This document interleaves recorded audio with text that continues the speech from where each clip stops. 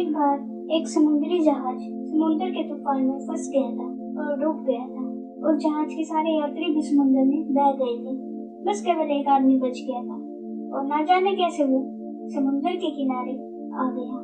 जब उसे कुछ समय बाद होश आया तो वो आंखें खोलता है और देखता है कि वो एक सुनसान जगह पर आ गया है और वो भगवान से प्रार्थना करना शुरू कर देता है।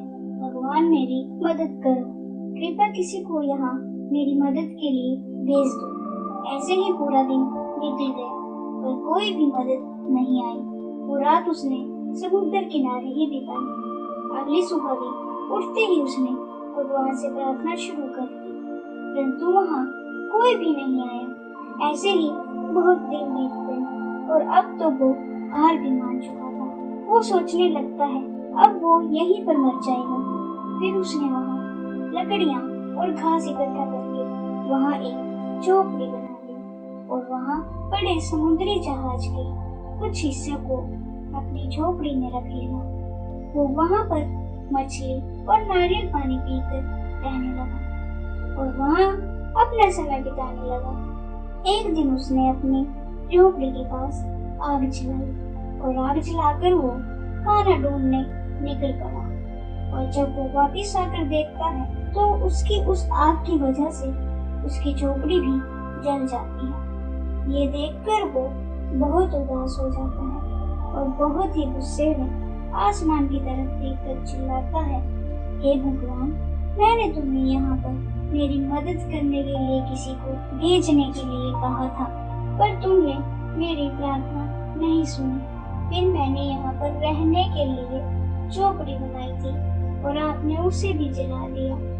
आप बहुत ही निर्दयी हो।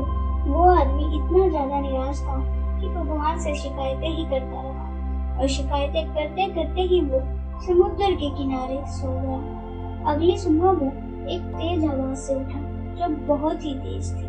जब उसने उठकर देखा तो सामने एक समुद्री जहाज किनारे पर आ रहा था। उसे अपनी आंखों पर विश्वास नहीं हो रहा था। वो बहुत खुश था कि अब उसे मदद मिल जाएगी।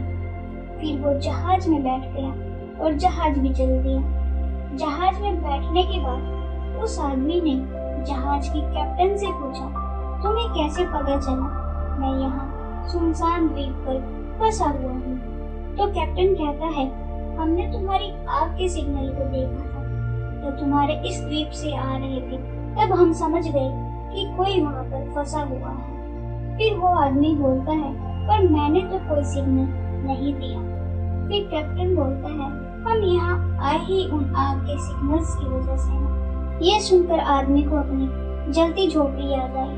अब वो समझ गया था कि वो सिग्नल उन्हें उस जलती झोपड़ी से मिले थे। उसे अब समझ आ गया था कि ये भगवान का ही प्लान था, झोपड़ी जलाकर मुझे इस आइलैंड से बाहर निकालने का। वो आदमी अब समझ गया था कि भगवान के प्लान हमेशा हमारे प्लान से बहुत बड़े होते हैं। फिर उसने भगवान का शुक्रिया किया। अगर यही हम अपनी जिंदगी में देखते हैं तो हम भी बहुत प्लान्स बनाते हैं अपनी लाइफ में, पर जो हम चाहते हैं हमें मिलता नहीं और जो मिलता है वो हम चाहते ही नहीं है। हम हमेशा अपनी खुशियों को अपने छोटे से दिमाग की सोच से समझते हैं, जिसकी वजह से हम निराश हो जाते हैं और हमारा सब्र भी खत्म हो जाता है, उम्मीद भी कम हो जाती है और हम भगवान से शिकायतें शुरू कर देते हैं। पर हमें ऐसे समय में मुसीबत से निकलने के लिए भगवान पर भरोसा रखना चाहिए। पूरी दुनिया में 7 बिलियन लोग हैं और भगवान के पास हर एक इंसान के लिए कोई ना कोई मकसद और प्लान है। हमें हमेशा प्रयास करते रहना चाहिए और भगवान पर विश्वास रखना चाहिए। हमारे प्रयास और भगवान का साथ हमें किसी भी कठिन परिस्थिति से बाहर निकाल सकता है।